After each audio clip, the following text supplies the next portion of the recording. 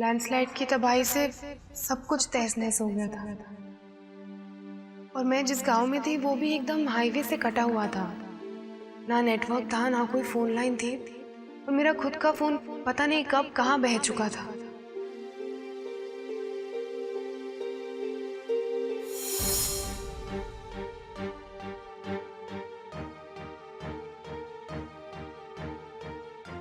लेकिन 2 हफ्तों में जैसे ही मैं अपने पैरों पर खड़े होने लायक हुई, मैंने घर वालों से रिक्वेस्ट की कि मुझे पास के किसी बस डिपो पर छोड़ ताकि मैं कुल्लू पहुंच सकूं और आप सबको इन्फॉर्म कर सकूं कि मैं बिल्कुल ठीक थी। घर वालों का धन्यवाद करके मैं उस गांव से निकली। लेकिन किसे पता था कि जिंदगी ने हमारे लिए कुछ और ही प्लान कर रखा है। ना ये लड़की हमें मिलती और ना इस तरीके से भाग भाग कर छुप छुप करके हमें अपनी जिंदगी काटनी पड़ती। कैसे भूल सकती हूँ वो रात जब हम तीनों कुल्लू के बाहर उस सालों पुराने रघुनाथ मंदिर में थे। और उसी रात मेरी बस भी रघुनाथ मंदिर के बाहर 10 मिनट के लिए रुकी।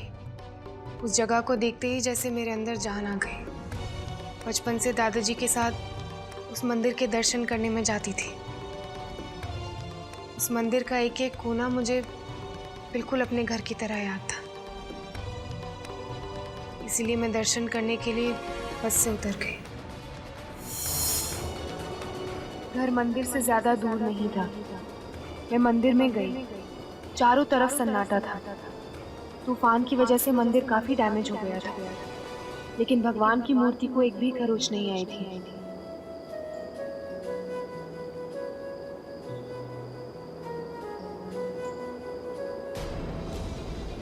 अंदर पहुंची तो मैंने देखा कि 3 लोग जिनके चेहरे ढके हुए थे वो मंदिर से भगवान की पोशाक और जेवर चुराकर बैग में भर रहे थे।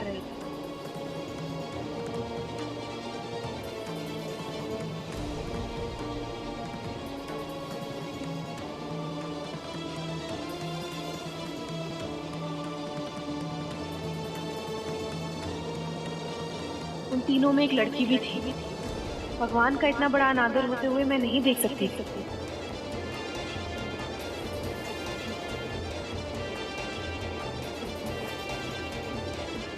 लेकिन उन्हें रोकने के लिए या पुलिस को बुलाने के लिए मेरे पास कोई रास्ता नहीं था। इसलिए मैं वहां छुपकर सही मौके का वेट कर रही थी। ये सालों पुराना मंदिर है और मैंने सुना है कि इसके कोष में लाखों के जेवरात रखे हैं। लेकिन कोष है कहाँ? कोष हमेशा मंदिर के पीछे या अंडरग्राउंड होता है। तुम यहाँ बैग के साथ रुको, मैं और ये जाके चेक करके आते हैं। जैसे ही 2 लोग मंदिर के पीछे की तरफ गए, मैंने मौका देखकर उस तीसरे आदमी को डिस्ट्रैक्ट किया।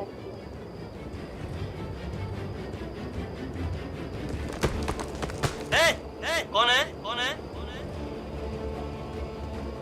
कौन है? कौन है? कौन है? कौन है? कौन है? कौन है?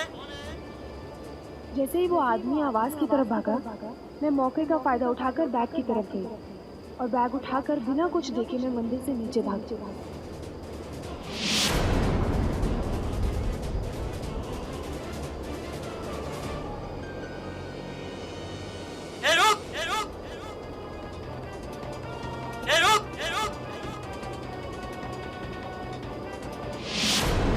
वो इतना तेजी से भागी कि मैं कुछ समझ ही नहीं पाया। रघुनाथ मंदिर के पास एक छोटा सा मंदिर और है जहाँ मैं भागते हुए पहुंची। वहाँ तुलसी के कुंड के नीचे हमेशा से खाली जगह हुआ करती थी, जहाँ मैं और नेहा हमेशा अपनी सबसे प्यारी चीजें छुपाया करते थे। और भगवान की अमानत छुपाने के लिए मेरे पास इससे बेटर जगह नहीं थी। मैंने किसी तरह से वो बैग कुंड के नीचे छिपाया और छिपाने के बाद वहां से निकल गई।